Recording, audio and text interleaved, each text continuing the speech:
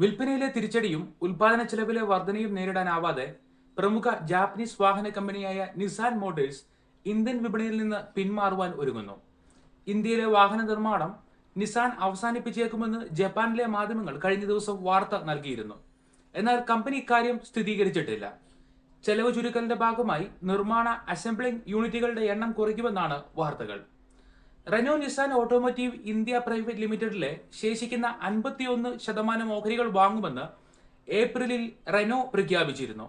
നിലവിൽ നിസാനാണ് കമ്പനിയിലെ ഭൂരിപക്ഷ ഓഹരി പങ്കാളിത്തം. 51% ഓഹരികൾ വാങ്ങുന്നതോടെ നിർമ്മാണ യൂണിറ്റിന്റെ പൂർണ്ണ ഉടമസ്ഥാവകാശം റെനോയ്ക്ക് ലഭിക്കും.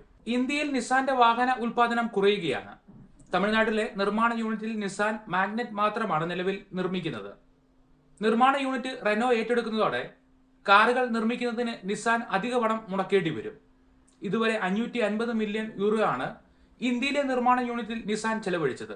നിസാൻ ഏറെ പ്രതീക്ഷ പുലർത്തിയിരുന്ന ഇന്ത്യൻ വിപണിയിൽ വിൽപ്പനയിലെ ഇടിവും ഇലക്ട്രിക് കാറുകളിൽ നിന്നുള്ള മത്സരവുമാണ് തിരിച്ചടിയായത്. ഇന്ത്യൻ വിപണിക്കായി ഒരു കോമ്പാക്ട് എക്സ്യുവിയും ഒരു 7 സീറ്റർ MPVയും ഒരു ഇലക്ട്രിക് SUVയും നിസാൻ നിർമ്മിക്കുമെന്ന് വാർത്തകളുണ്ടായിരുന്നു. ആഗോളതലത്തിൽ 28,000 കോടി രൂപയുടെ ചെലവ് ചുരുക്കലാണ് കമ്പനിയുടെ ലക്ഷ്യം. ഇതിന്റെ ഭാഗമായി ലോകമൊട്ടാകെയുള്ള 20,000 ജീവനക്കാരെ ഒഴിവാക്കും. ജപ്പാനിലെ 2 പ്ലാന്റുകളും അർജന്റീന, സൗത്ത് ആഫ്രിക്ക, മെക്സിക്കോ എന്നിവിടങ്ങളിലെ പ്ലാന്റുകളുമാണ് പൂട്ടുന്നത്. 2027ഓടെ ആഗോളതലത്തിലെ നിർമ്മാണ യൂണിറ്റുകളുടെ എണ്ണം 17ൽ നിന്ന് 10ലേക്ക് ചുരുക്കും. നിസാന്റെ പ്രവർത്തന ലാഭം കഴിഞ്ഞ സാമ്പത്തിക വർഷത്തിൽ 88% ഇടിഞ്ഞ് $47 കോടി ചുരുങ്ങിയിരുന്നു.